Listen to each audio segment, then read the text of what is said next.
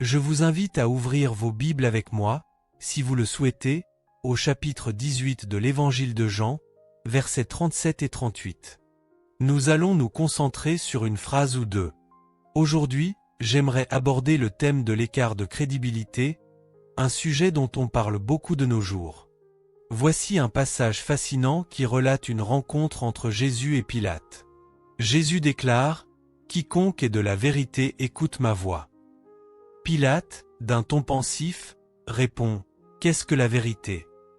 Cette question, bien que posée il y a 2000 ans, trouve encore écho dans de nombreux débats d'aujourd'hui, notamment sur des sujets comme la guerre ou la surveillance. Nous sommes sans cesse confrontés à cette question. Qu'est-ce que la vérité ? La quête de la vérité se trouve au cœur de multiples disciplines. Science, philosophie, psychologie et bien d'autres. La vérité, c'est aussi ce qui nourrit les débats sociétaux actuels. Tout comme Pilate a dû faire face à cette question, nous vivons dans un monde où la vérité semble de plus en plus difficile à discerner. Et pourtant, la Bible nous enseigne que la vérité est accessible. Pourquoi appelons-nous la Bible une « sainte Bible » alors même qu'elle présente des histoires de convoitise, de haine, de guerre et de tromperie? C'est une question complexe, mais la réponse est simple. La Bible dit la vérité. Elle nous révèle la vérité sur Dieu, sur l'humanité, sur le diable et sur ses personnages. Si ces récits avaient été écrits uniquement par des hommes, beaucoup d'histoires de péché, de faiblesse et de défaillance auraient été omises. Pourtant, la Bible raconte ces vérités sans détour. Le diable, dans le jardin d'Éden, a inauguré le premier écart de crédibilité. Après avoir créé l'homme, Dieu lui donna une instruction claire. « Le jour où vous mangerez de cet arbre, vous mourrez ». L'homme vivait dans un paradis parfait, sans péché, sans violence, sans convoitise. Dieu offrit à l'homme la liberté de choisir, de lui obéir ou de se rebeller. Mais le diable, sous la forme d'un serpent, vint semer le doute. Il fit croire à Ève que Dieu avait menti, et que manger de l'arbre les rendrait comme Dieu, leur promettant une liberté illusoire.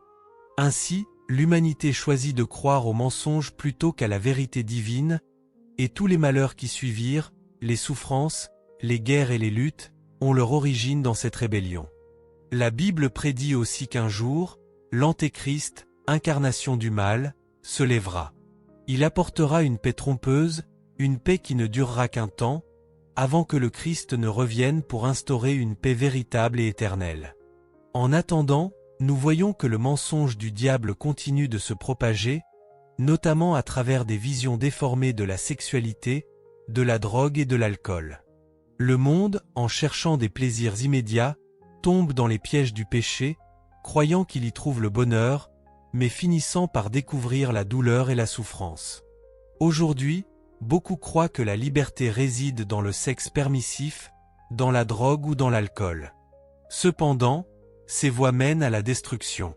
Le péché, même sous ses formes les plus séduisantes, porte en lui une promesse de mort, comme la Bible nous l'enseigne. Mais il y a une autre vérité, celle de Jésus-Christ, qui dit qu'il est la vérité. En lui, nous trouvons le sens, la paix et la joie véritable. La vérité de l'amour, c'est que Dieu nous aime tellement qu'il a donné son Fils pour nous. Jésus est la plus grande expression de cet amour, qui ne se mesure pas à l'échelle des amours terrestres, mais à la profondeur de l'amour de Dieu pour l'humanité, qui a sacrifié son Fils pour nous sauver. Jésus, qui a dit être la vérité, est aussi celui qui nous parle de la conversion. Se convertir, c'est changer, c'est se détourner du mensonge et s'engager pleinement avec le Christ. Beaucoup, aujourd'hui, se convertissent à diverses idéologies, mais la vraie conversion, c'est à Christ que nous devons la faire, car lui seul peut nous offrir le salut, la paix et la liberté véritable. Avez-vous fait ce choix? Jésus a promis que si nous le connaissions, la vérité nous affranchirait. La liberté véritable, c'est celle de connaître Jésus-Christ comme notre Sauveur et Seigneur, d'être libéré de la culpabilité du péché et de la puissance du mal qui nous domine. Jésus a dit qu'il est la vérité et qu'en lui nous serons libres. Le monde recherche la liberté, mais la véritable liberté est en Jésus.